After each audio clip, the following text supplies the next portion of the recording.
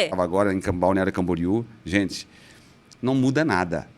A dor de mão de obra é a mesma aqui, é lá, não muda nada. Então, são dores que nós vamos vivenciar e nós, como nós falávamos aqui no bastidor, né, a gente vai ter que arrumar solução. Nós somos solucionadores de problemas. É impressionante isso que o Dionei falou, essa questão de que a dor da mão de obra ela é a mesma. O que é que eu tenho visto? A solução é diferente. Sim, concordo. Porque, me corrija se eu estiver errada, tá? Parece-me que aqui no Nordeste, especialmente no Ceará, é mais fácil criar escolinha e fabricar essa mão de obra. Porque tem um processo que ele se perdeu no meio do caminho. Nós somos netas de alfaiata. Somos filha de costureira. A nossa família existe uma tradição familiar. Ela veio da minha bisa, para minha avó, para minha mãe, para nós.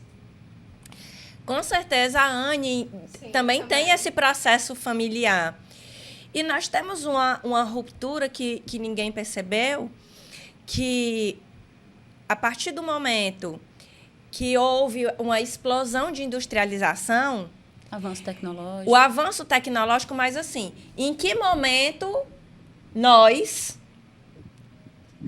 iríamos, ou nossas mães, porque nós aprendemos por osmose, por uma realidade diferente de uma realidade que existe hoje. Tipo, a Karine aprendeu a costurar com menos de 10 anos. Eu aprendi a costurar com 10 anos. Com 12 anos, a mamãe tinha confecção e eu, com 14 anos, eu dominava todos os setores. A mãe me entregava cheque em branco e eu ia fazer compra. Casa Fátima. Casa Fátima, Quilômetro, Juniortex. Gente, e eles conheciam a minha mãe, uma menor de idade, andando com vários cheques em branco para fazer um monte de compra. É uma realidade que é impossível de existir hoje. E nós trabalhamos também freneticamente, porque nós vivemos a sociedade do cansaço, da produtividade. Em que horário essa geração ensinaria essa cultura, essa tradição de ensinar a costurar? Essa cultura do pai para filho, ela morreu. Pai para filho agora são valores e com muito custo, porque a gente tem o advento da internet, do digital. Se essa mão de obra, que ela também já foi fabricada no passado pela própria indústria que estava nascendo. Vamos lá, Frecheirinha hoje tem 16 mil habitantes. Pelo menos 5 mil habitantes trabalham para moda íntima. Só que quando a Frecheirinha começou, tinha 3.600 habitantes. E se tivesse 20 pessoas sabendo costurar, tinha muito. A gente ensinava uns para os outros, gente. O nosso horário de almoço era aprender e ensinar. Se a gente não trouxer isso de volta para dentro da confecção, a mão de obra vai se perder, sim. Porque o Estado não vai ensinar. O próprio... que me perdoe algumas instituições educacionais, mas o método de ensinar é obsoleto porque a nossa indústria avança rápido demais. Se não for dentro do próprio processo fabril, com escolinha, com voluntariado criado para ensinar, não vai acontecer. E tem uma coisa que, mais uma vez, me corrija, que eu vejo muito em Frecheirinha e que a dona Fátima também faz lá na região do Siridó e tem feito isso também em Natal, que é uma reeducação comportamental. É consultor, trabalhando diálogo, trabalhando liderança, como trabalhar a liderança, convivência. A gente precisa se reeducar. Porque essa mudança, ela não esse desafio contemporâneo, ele não é do mercado, ele é do comportamento contemporâneo. A geração é outra, com, não sei dizer se valores diferentes, mas com comportamentos muito diferentes, porque as perspectivas são outras. A gente já até falou sobre isso. Nós aprendemos a trabalhar e gostamos de trabalhar porque nós fomos forjados na necessidade. Essa galera, não. E aí eu te pergunto, a gente que tem uma visão nacional, né? Como é que tu enxerga isso, Dionei? E passa essa bola para a Anne também, porque a Anne tem as experiências dela lá na Sony, né? Não é diferente, Raquel. Respondendo a tua dúvida, a tua pergunta com relação ao que nós enfrentamos hoje aqui, né, na nossa realidade, no nosso piso, no nosso CEP, ela não está diferente com outros estados, não. Talvez até de forma mais exponencial, sul do Brasil, você consegue costureiras? Consegue. Mas você consegue a mãe, que já virou vó. É bem difícil. Você já não encontra mais a filha, que é o que você acabou de falar. Tanto que a migração de mão de obra, a migração de manufatura, de confecção, ela vem para o Nordeste em peso. Não é Norte, é Nordeste, em peso. Nordeste.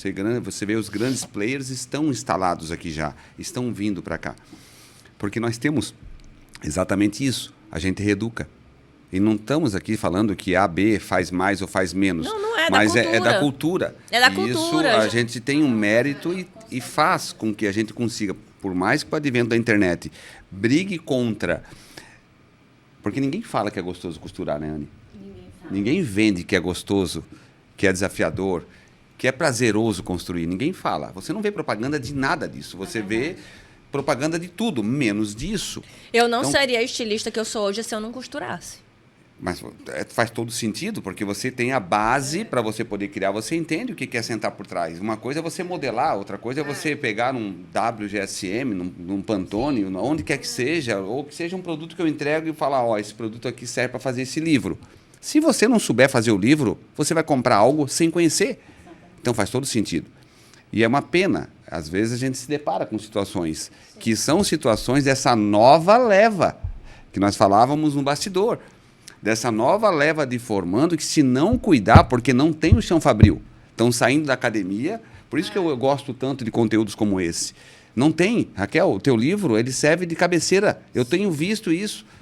Não tem conteúdo, não tem. Você procura lá na base. Na minha época, tecnologia têxtil, você não encontrava nada com teoria, nada embasada. As dores eram chão de fábrica. Na nossa época de estudo, era carente demais, principalmente dentro de informação, né?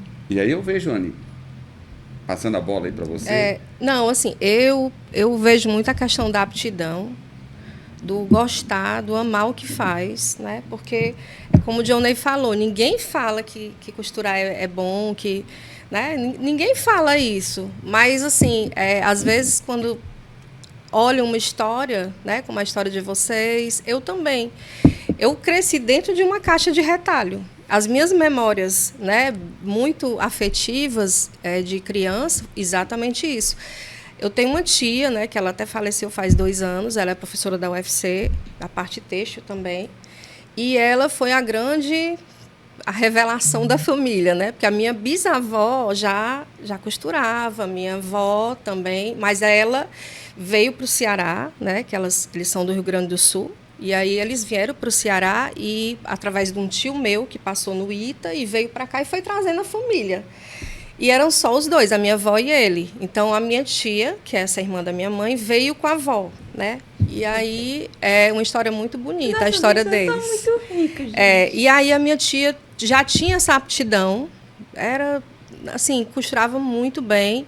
E ela sempre gostou do que fazia desde novinha. Aí, a minha mãe veio com 16 anos e também aprendeu, né?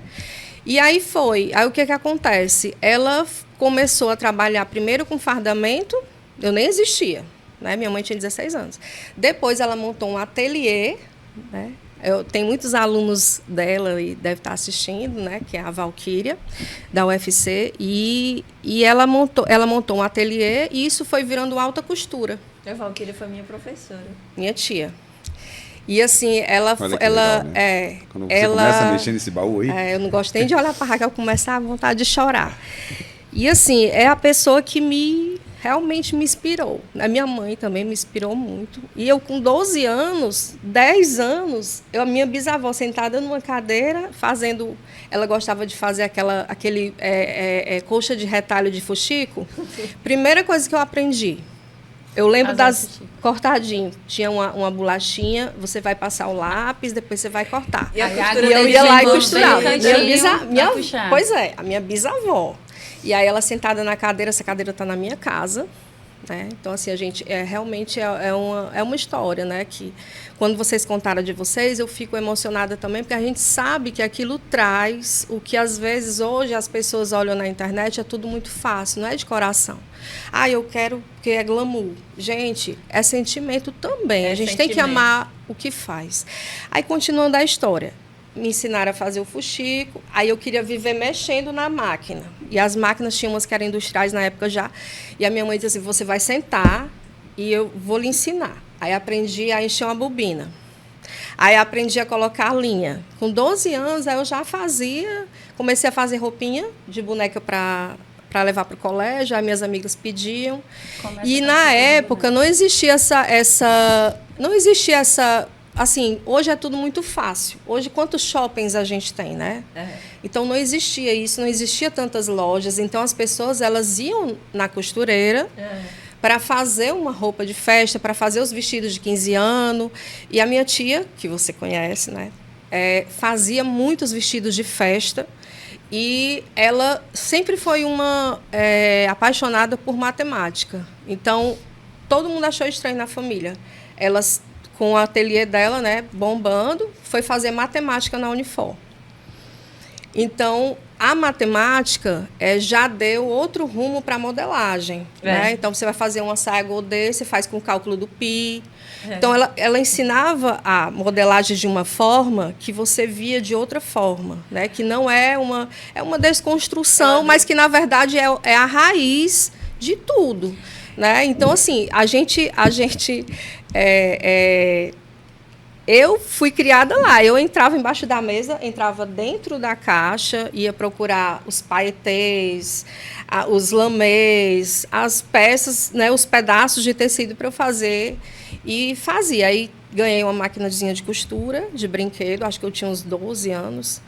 E sempre costurei, sempre fiz, né?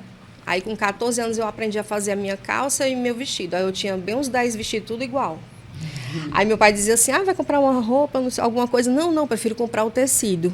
Aí, eu ia lá para o centro com a minha mãe, comprava o tecido. Aí, eu fiz uma modelagem, em cima dessa modelagem, eu cortava outra. Enfim, era o guarda-roupa da Mônica. Sabe? Abria, era todos os vestidos igual, mesmo modelo, mas eu ia treinando, né? Então, assim, é uma história de realmente, né? E hoje a minha mãe não costura mais, assim,